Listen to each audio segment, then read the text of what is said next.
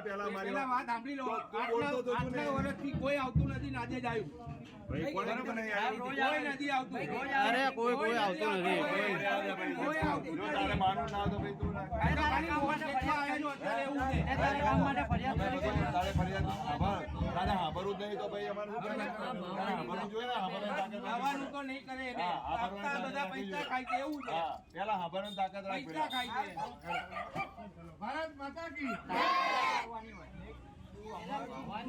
ચૂંટણી આવતા જ નેતાઓ જનતાના દ્વારે પહોંચ્યા છે, પણ અમદાવાદના વાસણામાં ભાજપના ઉમેદવાર અને પૂર્વ કોર્પોરેટર મેહુલ શાહને સ્થાનિકોનો કડવો અનુભવ થયો.